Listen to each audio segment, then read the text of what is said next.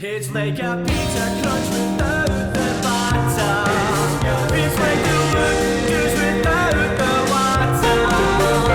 You never get the knickers off of fucking chance. Premeditated batter. Premeditated batter.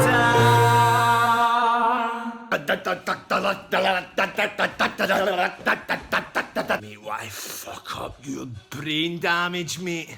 That fucking sunlight's make me hit a brick wall, man.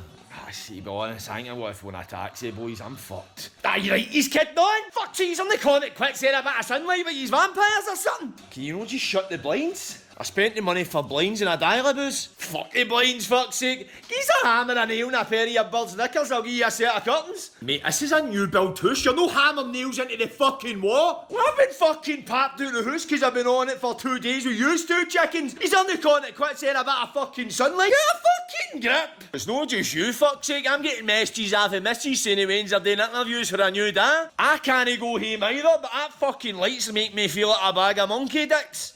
Well, what's your suggestions then? Did you say this was a new build? Aye, how? The blind store's doing 20% off on new builds. What the fuck is the blind store? They fit blinds. It's called the blind store because you'll be cutting about like Stevie Wonder sleepwalking. And you can sleepwalk right into blind bliss with the blind store. A reliable independent business that manufactures, supplies and installs its own blinds. We've got wooden blinds, Roman blinds, rollers, vertical blinds, day and night blinds and motorised blinds. All blinds are independently measured, manufactured and installed by the blind store. Wooden blinds will be measured, manufactured and installed within 2 weeks. Rollers and verticals will be measured, manufactured and installed within 1 week. And on offer, 20% off new builds. I repeat, 20% off all new builds. For more information, please contact John G. Brown 1980 at gmail.com. Call or text 0774 861 6516. The Blind Store. See the light and don't be blind to a bargain. Obviously, you've got a 4-fight deal with the UFC. What's like the contractual obligations? Like, I know a lot of the big fighters, they're contracted to. They need to give them 3 fights a year. Yeah, so 3 fights a year. They'll offer me 3 fights a year, but I'll need 16 months. I need to be in 16 months, so they'll need to offer me a fight soon because I tried to fucking work it all out. So they'll need to offer me a fight like every 3 months for the next 16 months for me to get my 3 fights in. Does that make sense? So right. I'm due one soon, like, so. Right, I saw I had better get it out, Dana. Get your finger out, man. Fucking right. You'll be getting sued, you cunt. So how did that feel? Because I watched, I seen, because obviously you had your first shot at getting in the UFC. It was off, I'm sure it was at back of the Contender series as well. Yeah. And obviously you've suffered a fucking knockout, man. Yeah. So the first time I went over there, it was unbeatable. Like, my mindset was fucking perfect. So like everything was going well. My fight camp went too well. I didn't get injured. I was loving it. Go over to Vegas. The only thing that was bothering me, which was, might sound a bit selfish and that, but like we just had a newborn baby and I was adjusting to that and I was coming home and I wasn't getting the rest I needed. But like, listen, that's by the by. Like that's just daddy duties, eh? So I don't mind that. The thing that was fucking my mind a little bit was like COVID. Like, so when I arrived at the airport, I had to get tests the night before within a certain amount of time. So it's all this outside fucking worry and nerves. So when I got there, they were like, oh, we're not going to let you on the flight. And I'm like, why not? I was like, you've got a visa, but your coach hasn't. I was like, yeah, but look, I've showed you all this form, and it says from the UFC that Adam's allowed to come with me because he's not getting paid directly from the UFC. And they're like, oh, well, we can't let you on. And I was like, trying to phone people, and then we nearly didn't get on the flight. And then he phoned Delta, and they were like, well, the only thing you can do is let them on the flight, and then if they get to the United States, they might just turn them back. And I'm like, well, just do that then, just do that. And then there was a bit of humming and hawing and all that, and then we ended up getting there, and then that was a bit of stress, and I wasn't eating, I was water loading, and then got there, and then everything felt fine. My weight cut was perfect. Like, I mean, like, it was on point. And then got up, weighed in. The boy missed weight. They said that he was over, so he weighed in at 162. So I was meant to be weighing in at 155. So he was fucking miles over. And I was like, I'll fight him anyway, don't worry about that. And then we were out after I eaten and drunk after all that, the weight cut and that. I was out playing basketball at the front, and I seen him walk past, and I was like, his like posture and that was all weird. Like he was all hunched over, and he just didn't look right. And I said to my coach, I was like, if that cunt walks in that cage tomorrow like that, he's getting leather. Like he needs to fucking man up a bit. 20 minutes later, I had a phone call from my manager. Fight's off. He's pulled out. He's got a bug or something. And I was like, what? So it turned out he's had some sort of stomach issues. But the UFC offered to take him to the hospital, but he said no. And he booked his own flights home. And I was like, oh, that sounds a bit weird, eh? Or he asked to be his flights to be moved to today rather than like the day after. And I was like, that's a bit mad. So they said, right, get yourself ready to cut weight again. You might be on Saturday. Meaning like, so this was Monday. I made weight. I had 4 days to get all that water and all that salt and all that stuff out of my body again for Friday. So I did it. Got right down to the weight. And before I jumped in the sauna, I phoned my manager and goes, right, I'm going to cut weight. Is it time to go? And he was like, nah, I don't. Sean said there's no fights available. So I was like, fuck. So then I said to my manager, right, can I go and eat? I'm starving. I've been eating fucking salmon and fucking broccoli for the last 5 days. And I was getting insomnia because I was so starved. Right, and then fucking hell. like I wasn't sleeping, and my jet lag, I was walking about the hotel, and my coach had left me. He went home, so he had to go home and sort things out back home. So I was on my own in Vegas, like in this fucking prison, because you weren't allowed out of the hotel because it's COVID. So like it was like jail. So I was stuck. Hell, man. So I was sitting in my room and I was doing press ups and sit ups and just to try and burn some calories. Aye. Then I said to my manager, can I go and eat something now? He's like, yeah, go and eat something. So he's like, we'll get you a flight home in the morning. So went out, fucking like America's fucking version of Five Guys. It's called In-N-Out Burger. Right. Smashed a lot, chips, sweeties, you name it. Woke up in the morning, manager phones me. I was like, right, this will be our flights. We'll get ready to go home. Hello. We've got good news and bad news. We've got you a fight in 10 days. I was like, so I had to phone the missus. She'd already been holding fort with the wee one that was born. So she was like, instead of me being away for 10 days, I was nearly away for a month in fucking solitary confinement. And then I had to break it to her that I was staying for another 10 days. She's like, do what you want. And I was like, Oh, for fuck's sake. she didn't mean that. Like, But it's the last thing you want to hear as well, man. It's a sticky situation, man. That's the kind of shit you get when you're staying out with the boys for a night. So I the know, pub, I know. never mind staying in Vegas to have your UFC debut. That was only because she was so stressed out. Because our baby, we should have had a bit of a tough go with her because she's like acid reflux and stuff like that. So I could totally like feel where she was coming from. Of course. And then stress is motherhood, isn't it? 20 minutes later, she phoned me again, and we were just chatting as normal because she knows my goal and she respects my goal. So we got that done. Went into the fight. Felt fine. Like I'm not gonna lie, I felt absolutely fine. Got into the cage and just like I started fighting, and I just felt heavy, lethargic, and then I got knocked out, obviously. But best thing that ever happened to me, mate. Just because like my mindset was wrong going into the fight. I was on one kryptonite. I was unbeatable. I was like this. So now I've got a little bit of the fear back in me that I can be knocked out.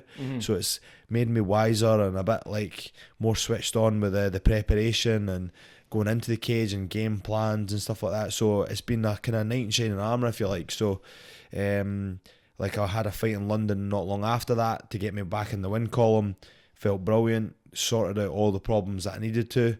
And then got my shot in the Contender series. But the good thing about the Contender series, not many people get another shot at that because what I done, and like imagine if I just said, right now, I'm not fighting him, I'm away him. They would never have asked me back. So now I went back, and they actually, after my knockout, they came through. Dana White and Sean Shelby specifically came to my room and spoke to me and sat down and said, listen, we're going to have you back on. We respect what you done.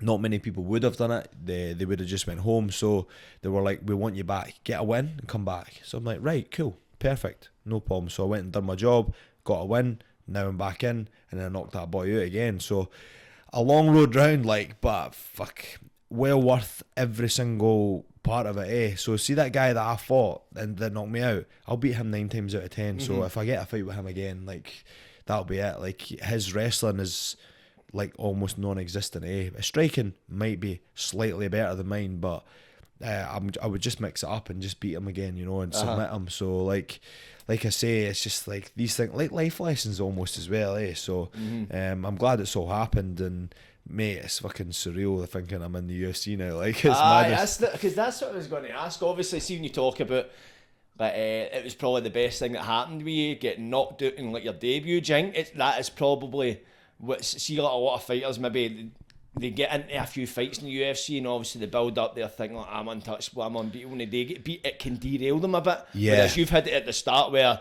you've been given that stage, that opportunity, and they've snatched it away. Yeah. Like, I've not so much snatched it away. The guy's won fair and square in that, but it's just, it's like in your mind, like I've had it, then lost it so quickly. Do you think that's been a benefactor rather than if it was to happen further down the line if you were, say, settled in UFC? Yeah, definitely, aye, because like a lot of the guys, like I treated my amateur career like a professional career, which I should never have done, because I ended up like I tore it up. I only lost once in my amateur career, and I had like 15 wins, a couple are on my record because I fought in some mad shows and that, but like I didn't lose, and I didn't get that feeling and that like, okay, I need to rejig this. So until I lost, I was on like a fucking 20 fight winning streak. So it was like, and then it hit me, and I'm like, right, okay, I really need to settle back into this. So there's quite a lot of good people around me, like just to keep me focused, and I'm always trying to look for the next best thing.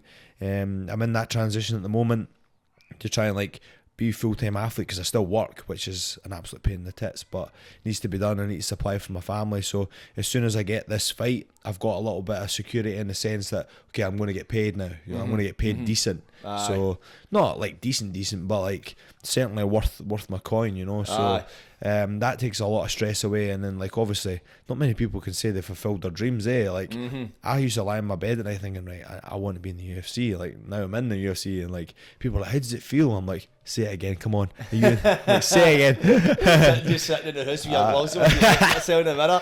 I was fucking saying that to my sister. My sister lives in Glasgow as well, and she's like, her boyfriend came round and he's like got the Celtic gear and that on. I was like, it's quite weird, like cunts like get their Celtic gear on and sit down and watch the football and that. I was like, imagine if I did that for MMA, got my gloves and that on, ready to fucking watch the fucking... It'd be a totally different vibe. Exactly. Sitting in the How the buff. fuck's this cunt? He's sitting with your shorts on. You got the gloves on and a gum shield on. Shadow kicking.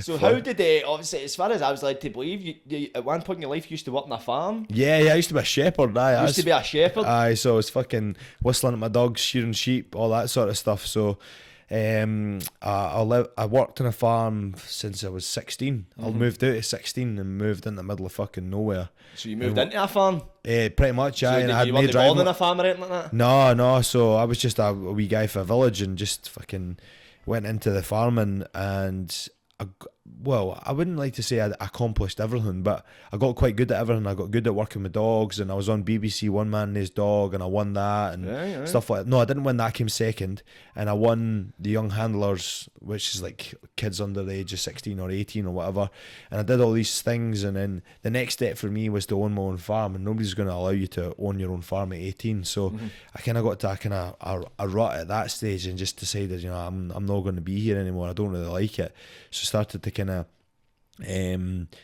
I was still working as a farmer. I was like doing fencing and shearing and going abroad and going to New Zealand and working. So that was kind of the middle stage before I started to transition over to MMA. But I wasn't enjoying the job as such, because I'm quite motivated that I want to do well. Like I'm on all or nothing guy, eh? So like if I'm drinking, I'm drinking. If I'm going out, I'm going out. I'm hoping to spew on the side of the bed at night, kind of thing. You look so I'm kind of the same. I can relate. So like same with fighting. So that it's given me that focus. Like I'm all in that now. So it's given me something that I can focus on. So like with farming as well, you know, I wasn't getting a chance to focus on that because all my mates were going out the weekend and that. So I've now found something that I can focus on, if that makes sense, eh? But yeah. And it's definitely something to be MMA, especially nowadays. You've got that point where there's no such thing as the limit. You can always, because you look at your Conor McGregors and that, it's like it far outreaches even just the limits of MMA. It's like you're never going to get to a point you can't be this, because the end of it's ever really been told that are the people that have achieved. Well, there's so, like, obviously with this, like, being in the UFC, and then, like, you see Conor McGregor's doing films, he's on whiskey, you know, like, he's kind of paving the way, if you like. So there's so many opportunities to come off it, and like things like opportunities that I've now received, even just being in the UFC, has been fucking massive, mate. Like sponsors have got in touch, and like it's not massive, like, but it's all help, you know. It's all help it's to a try step and in the right direction. exactly. So like, and then the UFC messaged me and they were like, "Are you verified on Instagram?" I was like, "No." And they're like, "Send me all your details." I was like, "Cool." Sent me it. Next day I had a blue tick. I was like, "Fucking get in." The perks of the job. There you go. Aye. You know? I was like, looking at my phone. I was like, "I've made it. Like, I can just go to my bed now. Fuck this." That's it. Done it. Hang the gloves up, innit? Fucking right. But it's what was the defining point for you that made the transition? Obviously, were you into MMA whilst you were still working on a farm, or what was at the point that you decided you got interested in MMA? Aye, so well, in 2014 I just came back from New Zealand, and I flew back, and I was in my room, and my gran came in, and it was a weird morning, like, and she came in and said, with my grandpa, she's like, "Your mum's died." And I was like lying in my bed, and I was like. And I was actually, that day, it was the day of my first ever MMA fight. So that was the day I was supposed, no, it was the weigh-in. And she came in the room, and I was lying in my bed like a vegetable, like fucking no eating at all. And she's like, "Your mum's died." And I was like, "What?" And then it took me ages for it to like kind of come to me and actually get any emotion from it. And then my mate Kev was going to come pick me up, and he's going to drive me to the weigh-ins because obviously I was dehydrated and stuff like that. So I was like, fuck, like I just couldn't even fathom what was going on. And then we kind of got round to it, and then Kev came round, and I said to my gran, I was like, "What do I do for the fight? I've got a fight tomorrow." And she's like, "Well, your mum fucking, she'd obviously want you to fight, and what are you going to do? Like, you're just going to sit in the house all day and just fucking, you need to get on with it, So I made the decision that I was going to do the fight. Had the fight, blew the guy out of the water in the first round, and then I remember being in the food bar that night and thinking to myself, like, I enjoyed that was good. And then it was like, obviously it could be an epiphany if you're like fuck, I need to focus on myself a bit more. I was in the farming, working in the piss and rain, fucking mud, fucking tractors, shit like that. So I was like, you know what, I'm going to go into the gym. Like, that's what I'm going to do. I'm going to go to the gym. I'm going to be a PT. I want to go to the gym. So I did my course. I worked in a supplement shop for a while. I worked in a gym for a while. And then I started integrating myself into proper MMA and training consistently Monday through Saturday. And then over the years, it snowballed into like, oh, he's quite good. And then my record, like if you look at my record, it's knockout,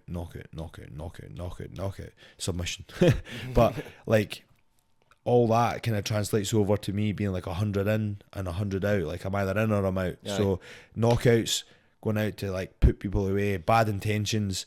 And then using like obviously my mum and stuff like that as like a guide, like that shit thing happened, but then now like I'm really focused on that. Like my mum was addicted to alcohol and stuff like that, so that's why I think I've got those addictive traits. So from there, I feel it's like catapulted me into like I'm obsessive. Like there's not a second goes by I don't think about MMA, and I think that's from her, And she used to sneak me, like my gran would hate this as well, because she used to like, my gran hates fighting. Like she respects what I do now and knows why I do it now, but she never let me go to a boxing class or anything like that. Whereas my mum used to sneak me away and pay 50 pence for the boxing classes and that. Really? Put makeup on me and that when I go home I've got a wee black eye. So like that's all something that's been built into me since day dot. So that's the kind of why I transitioned to MMA, because obviously my mum died and I'm like, you know what, fuck this, like I'm sick of living to make money. Like I want to live and enjoy life, and it was nothing to do with MMA as such, but then obviously it snowballed into this fucking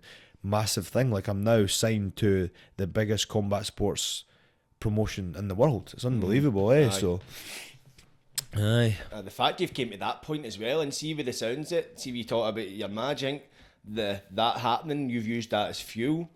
Yeah, for sure. Like I carry a pendant when I go into the cage. It's got my mum's fingerprint on it and our wedding ring, and it just all kind of comes together. It all focuses into one, and it's like maybe as fuel. I don't ever fight for her.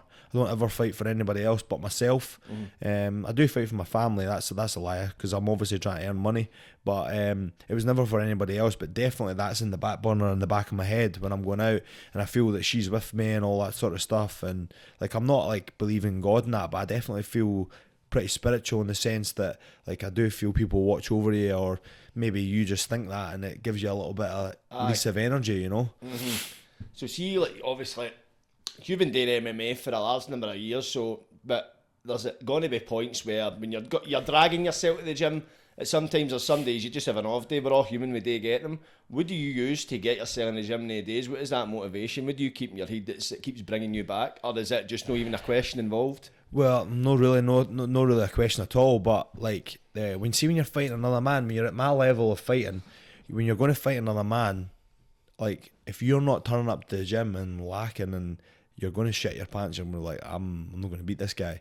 So like, I'm always like trying to do that little bit extra to be that one step ahead of the next person. So like, obviously I've not got a match now, so if I didn't turn up didn't want to go to train this morning, I felt like shit. I felt like shit. I was tired. My girlfriend left the house. She could tell I was upset. Like, not upset, that's the wrong word. She could tell I was tired. And she's like, you okay? I'm like, I'm fine. I don't need any pity. Like, I'm going to the gym. Bye. Fucking smashed my session. I felt great today. Like, I did amazing. And that's where the discipline comes in. Just show up, do your bit.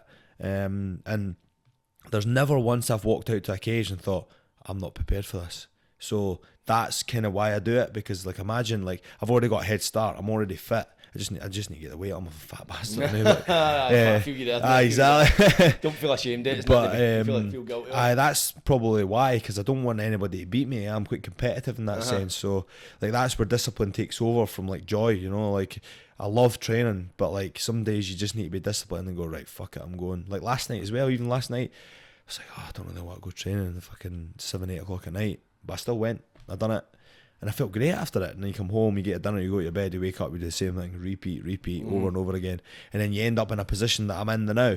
So it does work. Like, there's no like magic pill to get you there. So just turn up, and like, if you really focus yourself into it, it's just, and you need to be really obsessive about it, especially in MMA. There's so many ways to win and lose, which is mental. Like guillotine, fucking submission, knockout, decision, draw. There's like, fucking hell, there's like so much to think about. But I've not picked an easy sport, have I? No, definitely. No, you've definitely picked the hard way. But that's exactly it, because it's the challenge of it. And as you talk about getting into the gym, what keeps you there is because if you don't put in if you put in half-assed work, you get half-assed results. That's it.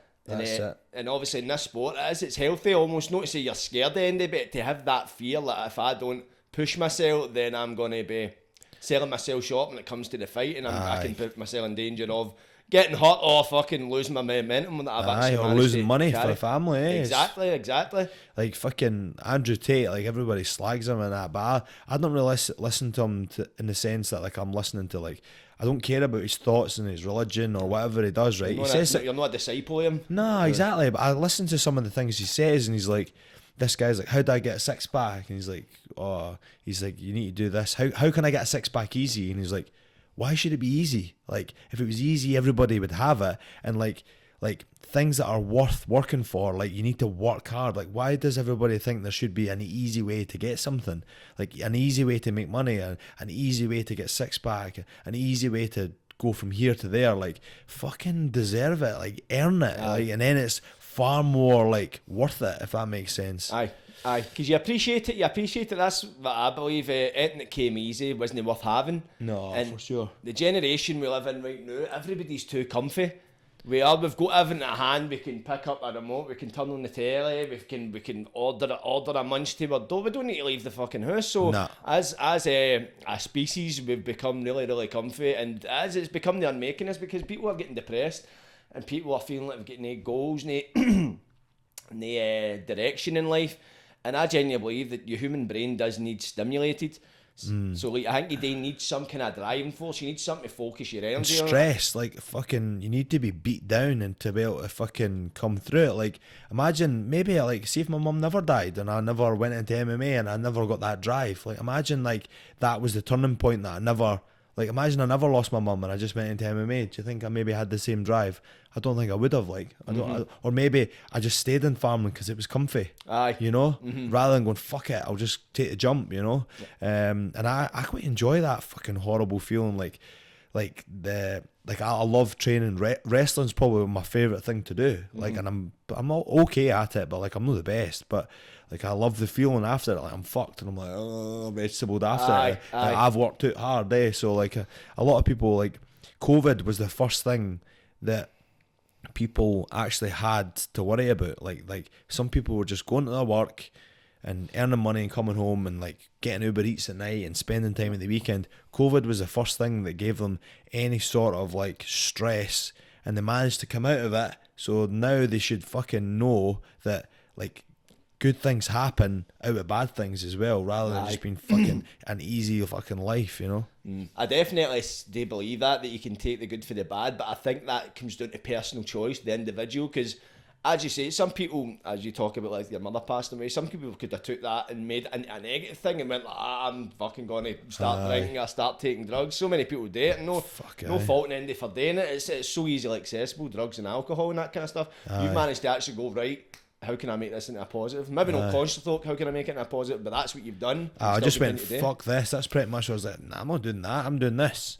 Like, I'm not doing fucking the general thing and doing like going to college. I was pish at school anyway, so I would never have gone. I went to college and did agricultural college, but oh mate, I was fucking terrible at school. Oh, really? Was it as funny as it sounds? Oh, agricultural college is just a fucking piss up, mate. Is it? I went to college, fucking chased a couple of sheep about, chased a couple of cows about, drunk so fucking much. It was Tuesday, Thursday, Saturday drinking, and then like by the end of the year I was fucking couldn't wait to get away from college. I was like, I'm fucked. I taking a week out of college just to stay off it. Fucking oh man, it was good though. Good fucking people skills. I learnt that and stayed in the dorms, so kind of learned how to fucking live by myself. So that was kind of good, like for sure. You learned how to be independent, that kind of thing. See, obviously working on a farm, that kind of thing, that is quite a strenuous job. Do you think that helped condition your body for MMA to a degree? I feel like maybe that set of discipline, like getting up at fucking 6 a.m. and that and going to training,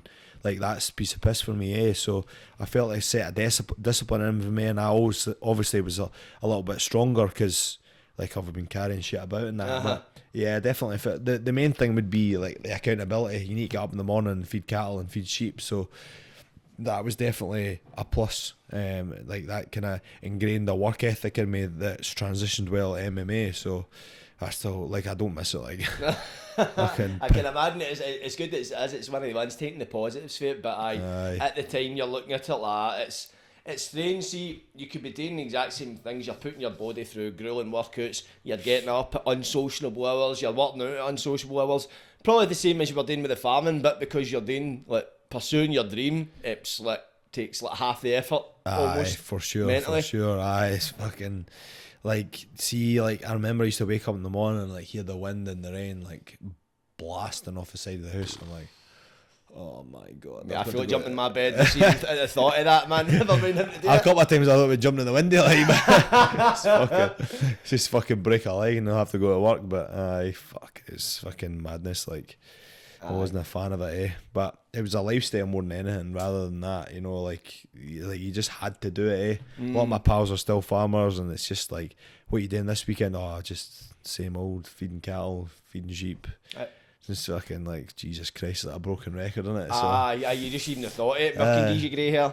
It's one of the things you never think of, because obviously the world does need farmers, you know what I mean? They're responsible for a lot of like the food and stuff that come into our shelves, but you never actually think of the farmer on the other side. You just think, oh, you've got a farm, you must be packing. You don't imagine somebody actually just works in a farm. No, for sure. It's fucking hard graft, like, it's hard graft. Take my hat off to them all, like, but it's no for me, Like a lot of my friends and that, they're always toying with the idea of leaving, but they never do. They always fucking. It's that comfort. It's what you know. It's hard to leave something that you're settled in because you know the ins and outs of it, and you're like that. And with any job, you condition yourself to like. No enjoy it as such, but you condition yourself to just to go on with it. You're like, right, it's not too bad. Then you think, oh well, because I've done scaffolding for about 2 long years, and I fucking hate it. It was one of them. I'd wake up and hear the wind hitting the window, and I'm like, fuck this. Grabbing on that cold pole and in this like winter, man, you pick up a pole within half an hour of working, your fingers are numb. It's terrible, man. And just I was of that opinion. Oh, it's good money, and I couldn't go without a job. But I left it and it's the best thing I've ever done. I've not looked back. It's because scaffolding's good money, because only fucking mad cunts like yourself go and do it. It's just like, it's hard, because it's not many people can actually do the scaffolding, because you've got to pick it up a certain way, don't you? You got to fucking jack up over your man. It is, and it does. Don't get me wrong, it's good for conditioning the body. I was into the gym, so it helped my neck. I was fucking Mike Tyson's, man. But after a while, mate, it starts taking wear and tear on your body, mate. My shoulder's fucked. Well, my shoulder's fucked for like the gym and just doing too many things wrong. But like doing scaffolding just made it worse. And I was looking at guys that were in their 50s. They were working there, they'd got the office jobs, but like that, look, can't lift their arms above their shoulders because of scaffolding. I'm like, I don't want that, fuck that. Fuck that. You know what I mean? You're basically, fair dues if I done it, like the likes of yourself, you're going to look at that. Hopefully you come out the other side unscathed, but if you were to look back and pick up a couple of injuries, you'd be like, it was worth it because I got my legacy. I'm packing now, I'm cutting about my Lamborghini Urus. I can't lift my arm above the steering wheel, but I'm fucking loving it. See, exactly. And plus, even if you made nothing of your life, still lived the life I wanted to, scaffolding is no my dream life. But mate, you can always go back to that shit. Aye. There's always going to be some stupid bastard that's going to employ you. Aye. So stupid bastard indeed. Aye, exactly. But like somebody's going to employ me. Like my pal the other day said to me, he's like, he's got a really good job, and he said to me, he's like, I said, how much do you earn a month? And he's like, not that much. And I went, not that much. How much do you earn a month? And he's like, 3,700. I'm like, what? 3,700? £3,700? He's like, aye. What the fuck? He's a cooper. And I was like, what the fuck are you moaning at? Turn up and what? But people need to realise, like, what are you doing your work for, right? Are you wanting money, or do you want it just to be happy and continue with your life and like go on holidays 3 times a year? And is that your life? That's fine. If you want to do that, that's great. Don't moan about your job then. Aye. But if you want to be like me, like I'm taking a massive cut. There's no way I make £3,700 a month. I can tell you that. I'm fighting enough and I'm working enough to kind of like they feed each other. Aye. And then at the end of it now, I'm in the UFC, and then hopefully I make money. Now I get 50 grand bonuses and stuff like that. But like people need to realise, like, what you moaning at? Like, you're moaning at your work because it's shite, but you're making 3,700, but they're not doing anything else on top of their life, if that makes sense. Aye. Like take the bad with the good again. You know, we keep coming back to that, but fucking hell, like if you're making £3,700, like, where the fuck's your fucking Merc? Exactly. We've got to show for it. But see, with some people, I think everybody's different. So you talk about like what you're doing it for. I'm one of the people that no matter how much money I'm getting, it would need to be a stupid amount of money. Don't get me wrong, but like, see, making some money doing something I hated, man. After a while, the money it fails to like kind of cover that wound because you know deep down if something's not right for you. Don't get me wrong. There is some people that it doesn't matter if the sky is blue and the grass is green. They'll still moan, but. I think it is you're so. You're just putting a plaster on it, eh? You're just like if you're getting that money, like if you really hate it, you're just putting a plaster on it and exactly. Like, there's only so much the money can cover. See, when you said he's a bit of Cooper. Aye, Cooper, like he builds whiskey barrels. Oh right, is that what that is? And he gets nearly $3.5 grand a month. Aye, so it's like £50,000 a year almost, I think. What the fuck? Oh, I take it must be like a kind of specialised trade. Aye, so it's like through Diageo. Right. So it's like this fucking, mate, millions and millions of pounds go through whiskey every year. They sell to like Japan and that. Aye. It's fucking, and then obviously with COVID, all that hand sanitizers, so they were putting all the alcohol into that. Right. So it's a multi-million pound business, eh? Right, and they're throwing people at it now, and they're like, they employ loads of people and give everybody a shot. So like if I ever fucking, for instance, lose an arm, like that's, well, maybe not be able to do that, but like if I ever fucking exactly use my head, but like if that ever happened, you know, I've always got something to fall back on. And I said to my girlfriend a while ago, I was like, if this doesn't work out, like it's going to be easy for me to just to go to a normal job. Like it's hard work, mate. Like see, like what I'm doing just now, I feel like I'm like fucking banging my head against the wall sometimes. But I got up at 5:15. I leave the house at 5:20. I roll at my bed. I get a coffee at the shop. I go to work from 6 till maybe 10, and then I train 10:30 till 12. I leave at 12, go home, have my lunch, pick my wee one up at nursery, take her back. Her mum looks after the wee one, then I leave. I've got work at half 1 till 3, then I travel to my training at 5 or 6, or I've got clients 5 till 6, and then I'm away training 7 till 8, and then I'm home and I'm in my bed every fucking day. So like I'm nearly there and I'm just about making it, but I'm still banging my head against the wall and I'm getting no reward for it. But I'm still going to keep doing it. Like it is hard, but it'll be worth it in the end. Like as soon as I get this fight, I'll be getting paid. So like I know it's only short term, but I'm really I'm hammering it now. Like I'm actually hammering it. Like in my training, like 2 times a day, every day except a Sunday. I rest on a Sunday, and on a Sunday I'm always doing something anyway that's going to translate over to MMA. Like I'm researching or I'm getting on my new diet, or I'm doing something, you know, or recovery. I'm in the ice bath at the back of my house, or I'm away sauna, and I'm always doing something. So like eventually I'll get there, and the main goal for me is to move away from work and focus on being an athlete full time. And I will be able to do that after this fight. I will do that. I'll still have clients, like, but I'm not working 6 a.m. till fucking 8 at night again, you know. So it's as much as it sounds good to be in the UFC, it's difficult still, you know. I'm still trying to earn a living. People are like, oh, do the UFC not pay you a salary? I'm like, no, I get paid per fight. So like it's not the way it works, and people think I've made it now. I'm going to be a millionaire. You're just at the start now, mate. I've just fucking broke the surface, like fuck it. So long way to go yet before I make money, but the way I fight, obviously 50 grand bonuses are there, so I'm ready to make some money now, like put it all on the line. Like there's some incentives as well, because obviously say a large part of your record is made up of knockouts, so it's always in the horizon winning one of the fighting and bonuses and that kind of stuff, or that's your knockout bonus. And see you say you work, are you a PT then? Yeah, I'm a PT, right. So I've been PTing since 2014, obviously. Been doing that for a long time, so sometimes I do. Recently I've obviously, people are like kind of feeling the crunch with PT, so they're not really paying, so I'm having to do like odd jobs and that here and there, so worked a couple of nights in the doors for a mate, stuff like that. Just, it's funny, like I did my first night at the doors and I was like panicking a bit. I was like, it's going to kick off.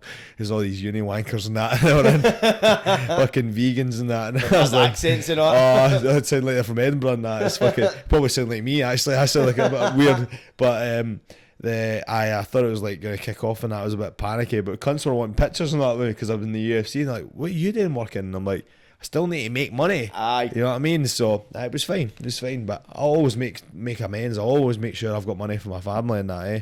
Aye. So yeah, it's not all fucking sunshine and rainbows when you get signed, but it'll come. Aye, that's it. This is about, because I think as once people think, once you've signed with the UFC, that's it, you're sorted for life and that kind of thing. They forget, as you say, you've just broken the surface.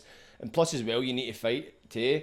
And it's good it's past the point of COVID, was before COVID it would have been tougher to get a fight. Yeah. Can I just ask, let's see, what is the feeling you get for putting in all the hours? Like, as you say, you're getting up, you're basically, for the minute you open your eyes, the minute you shut them, you're training. If you're not training yourself, you're training somebody else. And your days off, even, it's MMA kind of focused. What is the feeling like after going through a fight camp, going through all the emotions, that bang your head off a wall, and then you get in fight Sunday and you get the win, you get a knockout? What is that feeling like? What can you compare it to? The only thing I can imagine, it's like a sigh of relief. It's like I've done all that hard work, and then like I can't wait for the fight to be there. And then as soon as it's done, I'm like, thank God that's over. And then 5 days later, I'm like, right, I need a fight again. It's such a bad. Really? So it's almost like a drug. Oh, it definitely is, mate. It's like it's good at the start because you're full of calories, full of energy, and you do all the dieting all the way down to your weight, and you're sick of it. You're like, I cannot wait to fucking eat donuts and go to the Nando's and go social events, and it's hard work, like, to try and keep up. And then it comes to the fight and you're like, boom, you stand on the scale, you jump off the scale. It is a little bit emotional, so when you make weight, because it's so difficult for you to make weight, like I'm cut a lot of weight, so it's quite almost emotional.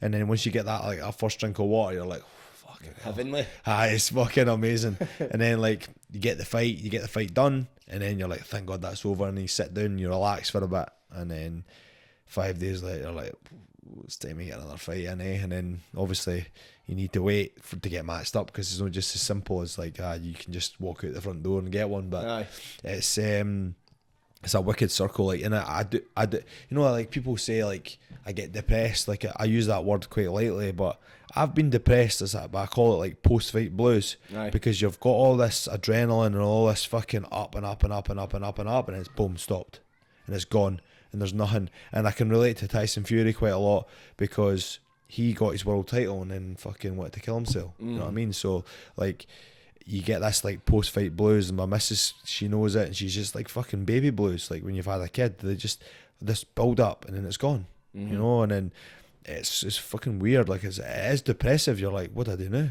Like, I don't need to train, but you want to train, but maybe you're injured and you can't.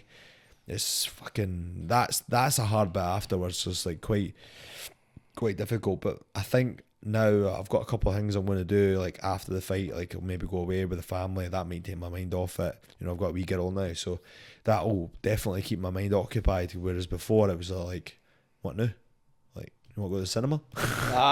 Yeah. It's almost as if you build the fight up that much. Everything's geared towards the fight. This is your goal, winning that fight. And once it happens, as you say, you don't prepare for after. And then the track stop, and you're like, and then it's just all about the goal setting again, because see with the likes of Tyson Fury, because that's what a lot of people say is it's not about the destination, it's about the journey. And a lot of people they focus on the destination, and once I get this, I'll be this, that and the next thing, and once they get it, it's like, as you say, you're lost in limbo, because you thought your full life has been geared towards this moment. That's me now. Like, I'm just waiting for the fight now. I'm in the UFC, but I ain't got a fight. So like, that's what I was going to say. So the fact that you've got in the UFC, you've won, because obviously that fight was a decider if you got in the UFC, so you didn't get in the UFC before that. You were that was your decider, so you won that fight, and the way you won as well, that was like it was like a Rocky moment. See, where you get took down and then you came back up, and knocked the guy right out. For sure. How did it feel winning in that fashion?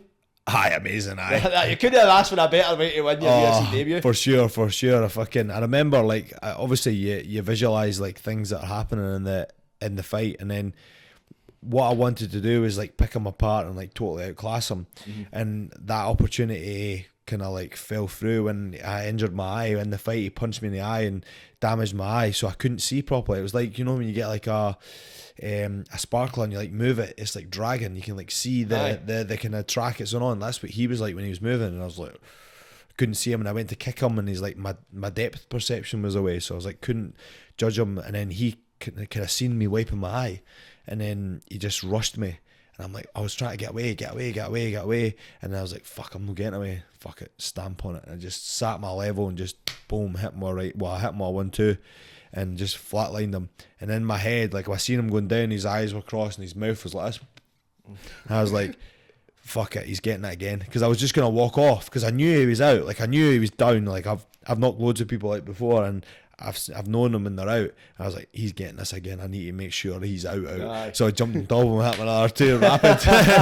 Finished him off. That's it, and then just like walked away. And Mike Tyson's an idol of mine as well, because people are always like asking me after the fight, like, why did you just get up and walk away and like no celebrate or that? And I was like, well, I was reading Mike Tyson's book, and it said that his coach Customata was saying, like, why are you celebrating after a fight? Well, did you not expect to win?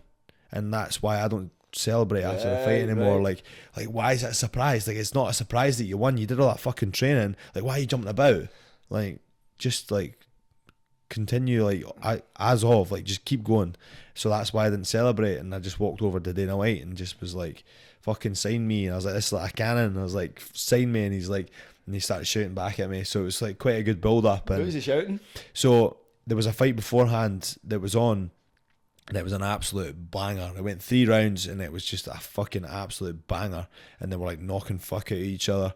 And then he said to the guy, Sean Shelby, and whoever else was next to him, he's like, I'd hate to be these 2 guys coming out now, meaning me and Charlie that were fighting, because we were the main event. He's like, I'd hate to be these 2 guys putting a performance before, and then they had to top that to get their contract. And he's like, you fucking topped it, meaning like obviously I knocked him out.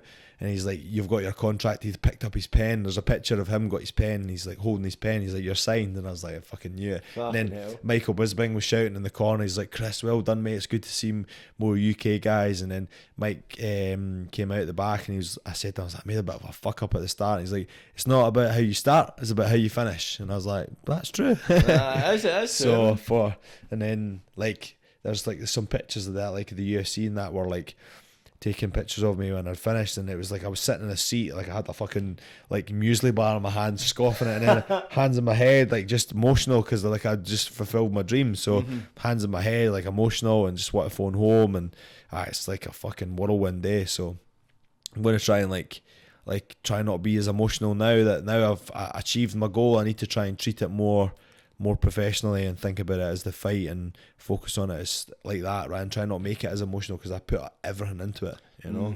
But obviously I need to still take a bit of that and put it in, because that's what got me there, So aye, of course, as well. And plus as well, it's, as you say, that was your goal, and that would be heavy overwhelming. As in the fashion you win the fight, then I said, there's a contract meeting Michael Bisping and that. and being emotional, and obviously as your first debut, how that went to actually feel, because a lot of people would have let that ball them down and go, I fucked it, I've had the chance, but you've actually came back and it basically took the gold for yourself. That's it. And it's important though at the same time to no get too overwhelmed by it. It's like the way, as you say, just try to treat it like another day at the office, because if you think, oh, I'm in the UFC now, you'd probably get in your own way. Because that kind of thing, you need to go, all right, wait a minute, this is just another fight. Imagine I won my first fight and I had to fix that in the UFC. Like, that's a difficult job to fix in the UFC because it's the highest level. And I got the chance to go back to the fucking lower grades, win a fight and fix it then, rather than try to do it at the highest level, Because you never know, like, I could have been matched with the next UFC lightweight champion, like, in my debut. He's been signed, I've been signed, but he's, like, the next up-and-comer, and try to do that against him, you know, like, fucking vice versa as well, you know, like, he could be trying to do the same thing, you know, like, I'm the up-and-comer, so, like, trying to fix, like, see, when you go into the UFC, it's not like boxing, it's not like you get these tune-up fights. Like, the guys I've fought in the UFC are legit, like, they are the next best fucking thing, and that's why the Contender Series gets so much fucking, like, praise, because it's, like, the best of the best all around the world. Japan, South Korea, Australia, fucking America, Scotland, you know, like, we are the best, so they get everybody in, and then that kind of, like, if people are like, oh, this is a harder fight than your first matchup, I was like, well, if I can't beat this guy, I shouldn't be in the UFC then. So it's a good scalp to have, innit? And then everyone's like, oh, right, like, do you know, I think I'm thinking about this, like, Jesus. It's pure news to like, oh, really? So yeah, obviously, because I think it was Cage Warriors you fought in before the UFC, wasn't it? No, I was signed to Cage Warriors and I never fought there because they couldn't get me a fight. Nobody would match with me. Really? So then I went and fought in London, and then I got a win there. I fought at 77 kilos, which was a godsend because I don't need to cut weight for that. But then they got me, that got me my win, and then I got to fight in the Contender Series. So I never fought in Cage Warriors, but I was signed. There was a big fucking commotion about that because obviously I'm the next big thing in the UK. So like there was a big ordeal about that. Oh, we've got him signed, and but that's maybe why you thought I had a fight, because a lot of people were like, oh, how did you get on your Cage Warriors debut? And I was like, I didn't fight. That's weird because I knew you were signed to Cage Warriors, but obviously you assume somebody signed somewhere that they fought, you know what I mean? I knew you'd obviously fought in MMA, but that's a mad thing to be signed somewhere and never get a fight with them. How long were you signed to them for? So the good thing about the Cage Warriors is they're a sister promotion of the UFC, so it's like a feeder. So that's why I went to Cage Warriors again. So if it's in the contract, if the UFC contact you and you're under contract by the Cage Warriors, you can officially leave. Like, you don't need to abide your rules about a contract. Well, that's all right, so that's why we went. That's why my manager made the decision to go to Cage Warriors rather than Bellator, because Bellator's obviously like a rival. And the reason why I didn't want to stay with Bellator is because they don't drug test. So I want to go to the UFC and be drug tested and make it an equal playing field for everybody else. So we made the decision to go to Cage Warriors, take a bit of a pay cut, but obviously think about the long term, and we can get to the UFC where I am now. So where did you fight before Cage Warriors? Was it any particular promotion? No, it was called UFL, so it's like just a kind of local show. I was meant to be fighting a guy that had a record of 13-3, then that fell through. And then I had a guy that was 8-4, and then a guy pulled out, and then I took a fight on like 6 days' notice against a guy that was 6-4. So he had an alright record, but it was kind of like a shit record. But he's been fighting again recently, and he's won his last two. So like, it might not look good on paper, but still got my win, and I'm still in the UFC now, and I just fought a hard guy there. Exactly. So all I needed was a win, because you need a win to get back in the Contender Series. But like I say, it was a good tune-up fight as such, to go in there and practice what I got wrong in the Contender Series. I say tune-up fight, it's like, fucking hell, man, like, these wee gloves on, it's not really a tune-up fight. Somebody could hit you with like a skiff and knock you out. Getting tuned up. Exactly. Getting tuned up. Noses plastered on the side of your face like that. But no. So it sounds like it's a bit of a track record, man, and a bad luck in your part, though. I mean, your past opponents always having pulled out. Every fight I've had, except about a boy called Sam Slater and some other guy, but there's only been like 2 or 3 that I've been agreed to fight with him, and it's went the whole way through.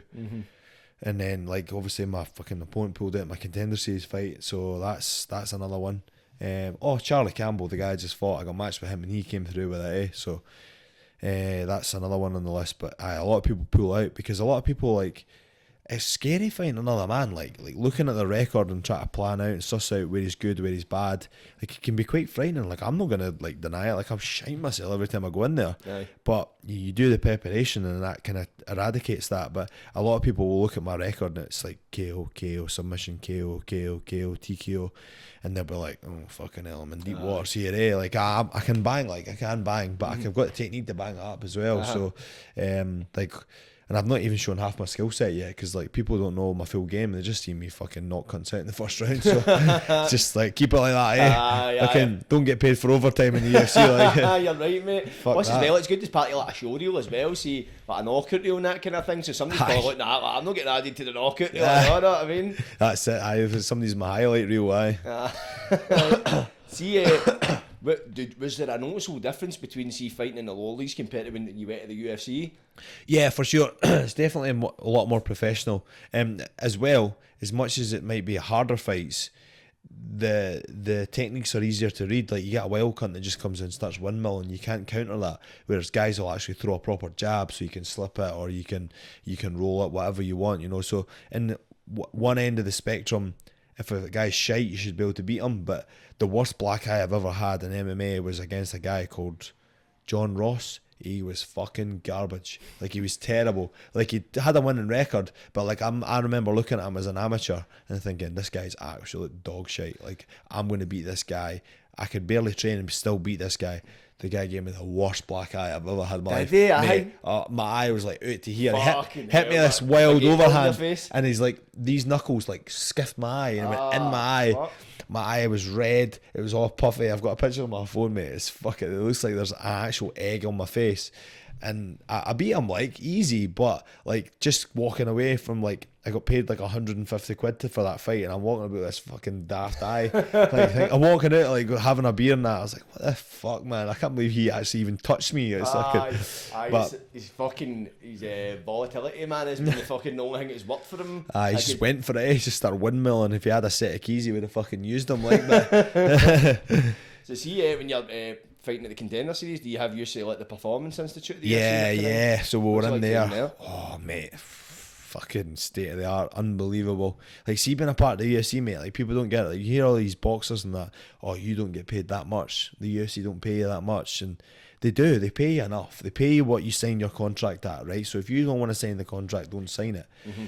So, like, the UFC supplied me with supplements. They can't send it to the UK, but I train in America anyway, so I'll be able to pick them up. So they'll give you any supplement from this company called Thorn.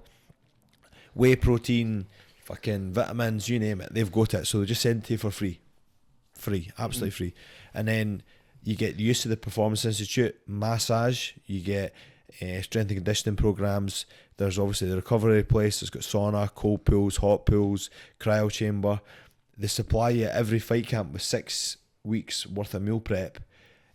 Fight week they supply you with meals as well, for specialised weight cut.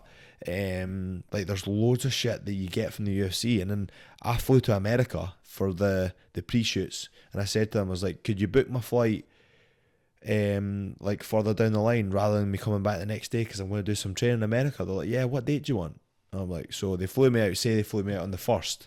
I said, book it for the 1st next month, so I'll stay for 4 weeks. Like, no problem. Then they wanted me to go back to London for the visa, and I was like, oh, well, I've got my flight back then, can we wait then? They were like, no, we'll just change it. Flew me back to London, got me my visa, flew me back to Scotland, see my family, then flew me back from Scotland all the way to America free of charge. Fucking hell, so man. Like, I was coining in there like a proper. That was quite luckily for me, because obviously they took me out for the pre-shoot.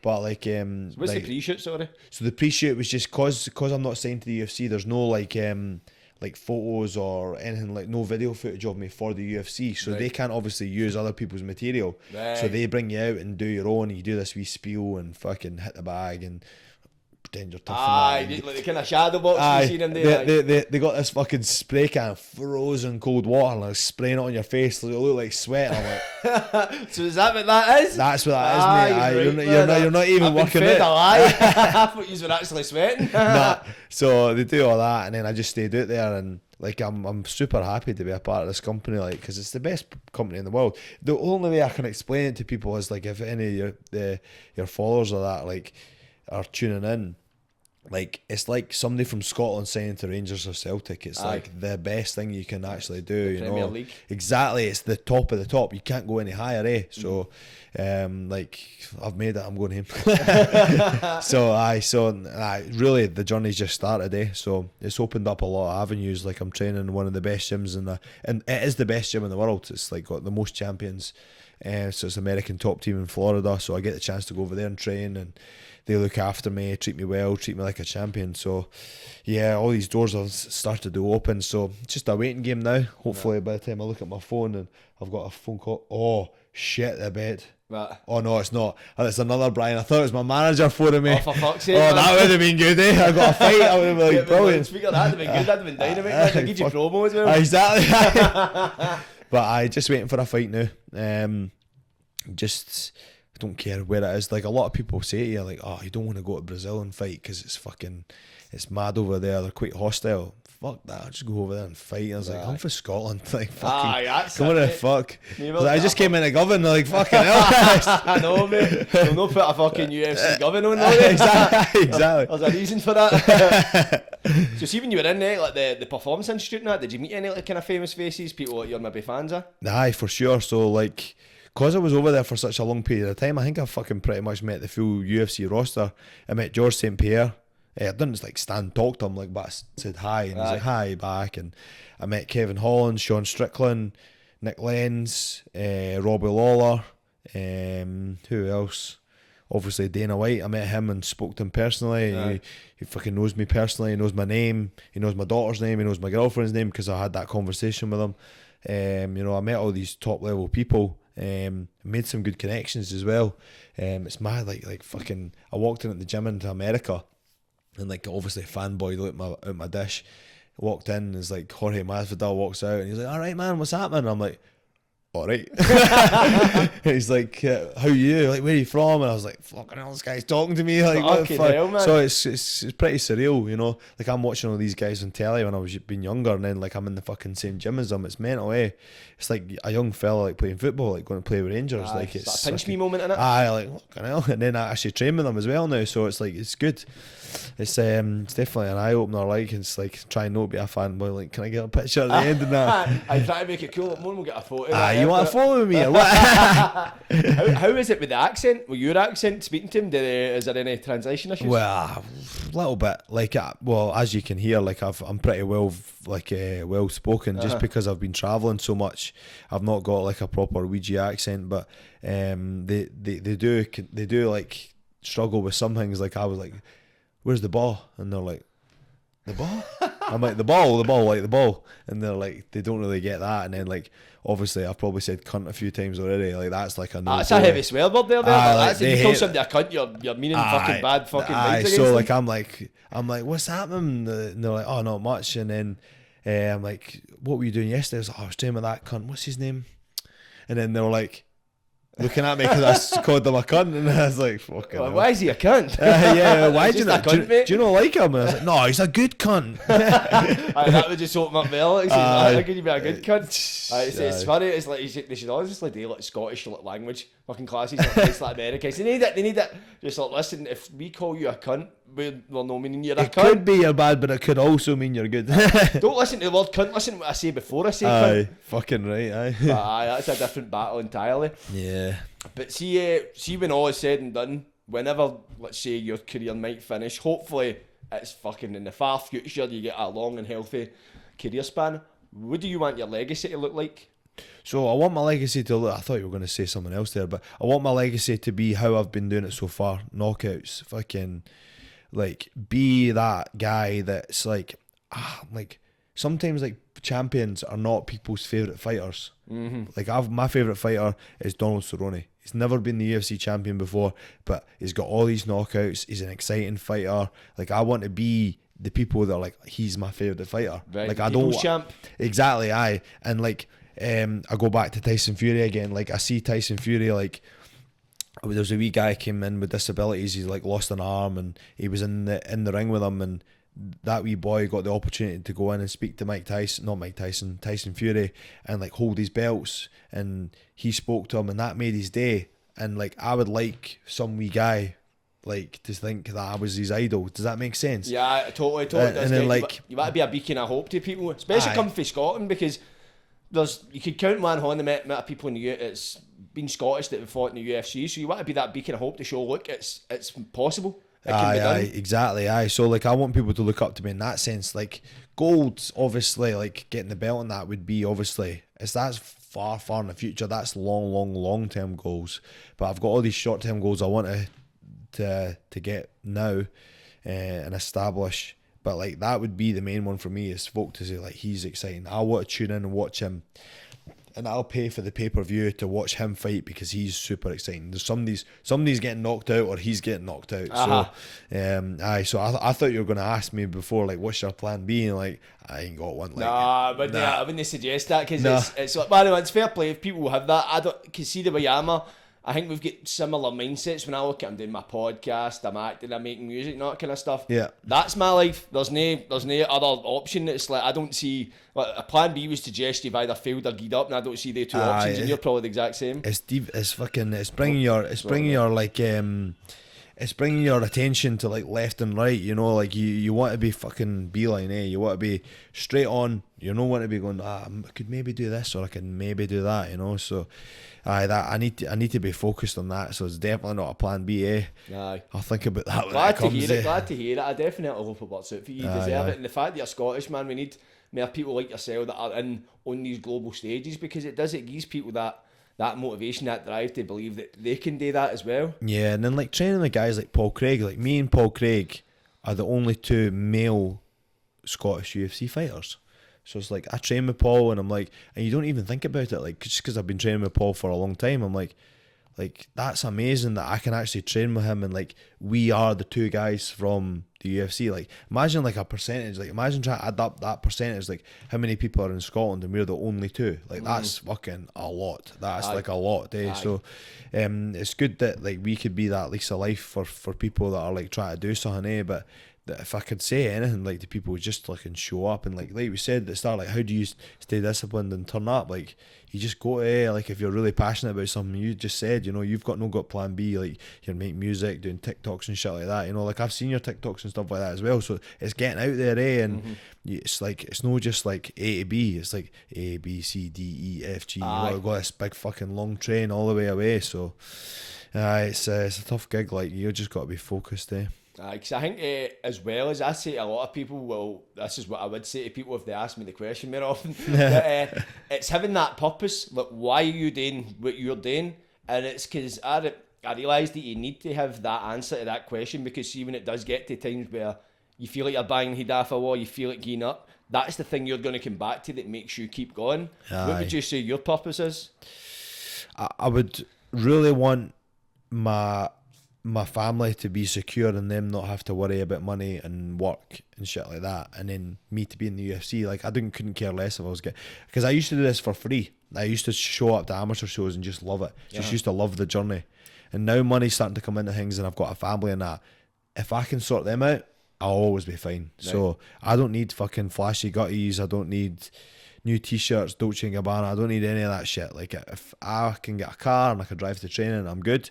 As long as my missus and my daughter is fine, I can buy her Christmas presents at the end of the year and heat the house and give it. I'm happy. Like I'm not a material person whatsoever. So like, obviously I do enjoy the odd good thing, but like if I can make sure that they're sound, then I'll focus on myself. Right. Maybe buy myself a Gucci hat or something. I need to treat yourself. Exactly. Yourself. That's the thing is well, that's obviously our main primary objectives. Once everything else to that is secondary. Once that's kind of covered, then you're free to kind of focus on other things, and hopefully you do get to a point after a few fights where you're making to a point where your family is covered. You know what I mean? And you don't, and you've like get a bit extra income, you get more time. Like, alright, what can I look in? Because you see a lot of fighters. We go back to McGregor. Like they've started with like the MMA, but they've translated it into business. They've invested their money in that kind of thing. So I imagine that's the kind of route you'd like to go down. Oh, definitely. Once I've got the money, but like as I say, I've got nothing else in mind. Like I don't care about. So like the things I like to do is just like train and eat well and go to the gym. So like that's all tied in with MMA. So it's just a big circle, and like as I say, like no other plan. Just solely focused on that, 100% in, and just looking forward to the future. Like just fucking hopefully my manager phones me. I hope it's a shame he didn't phone you during this podcast. I would have fucking answered it to him like, yo, what's happening? Exclusive, I'd accept the answer. I'd have used it as a clip and everything. That says at 1:45, mate. So Perfect. I'll round this up. Just if you get anything else you want to kind of promote and that kind of stuff, obviously you don't get your fight date to promote that as such. But anything do you want to shout out that? Well, I've got a couple of sponsors and that have been with me since day dot. I've got like RG Autotech. I've got Prime Secure that I've jumped on board. I've got Vigorate, stuff like that. You know, if I've missed anybody out, like I always, I appreciate sponsors. Sponsors are massive for me, because they're the kind of building blocks for me to try and finish work. And like Bevy, one of the guys that sponsors me, he sponsored me in my first fight. He's been with me since day dot, and he sponsored me all the way through. So he's a top guy, and he's never done it for anything but me. So he's not thought like I'll get in and out this. So it's been such a good guy. And I've just got a new sponsor like that, Prime Secure. I brought that up. He's jumped on board, and he's very similar. I can get a good vibe from him. So I'm going to meet him on Thursday, and we'll get a chat, and got some t-shirts and that made. So like I've just a wee shout out to them, and anybody I missed, obviously.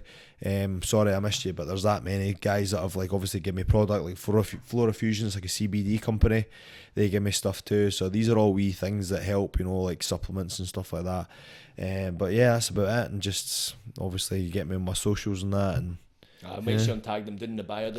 Cool. But thanks very much for coming on. It's not at all, mate. A real pleasure speaking to yourself. Plus, as well, I can tell people I've had a guy that's in the UFC in my house. Choked him out in the kitchen.